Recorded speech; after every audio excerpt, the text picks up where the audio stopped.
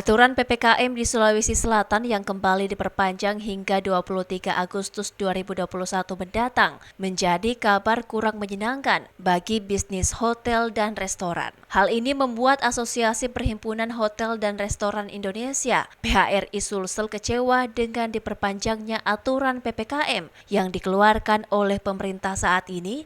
Ketua PHRI Sulsel Agiat Sinaga sedikit kecewa dengan terus diperpanjangnya aturan PPKM ini. Ia berharap aturan PPKM ini segera dihentikan agar bisnis hotel dan restoran bisa tetap hidup. Dirinya menyarankan agar pemerintah cukup dengan mengandalkan prokes dan kebut vaksinasi dengan melibatkan aparat seperti TNI Polri dan Satpol PP.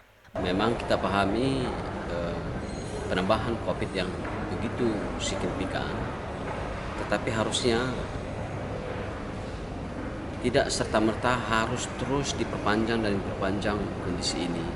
Ada satu solusi sebenarnya adalah bagaimana pelibatan aparat, apakah TNI, apakah Polri, ataukah Satpol PP untuk melakukan penegakan daripada prokes.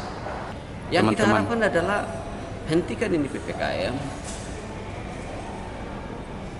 pertegas prokes agar aktivitas usaha berjalan.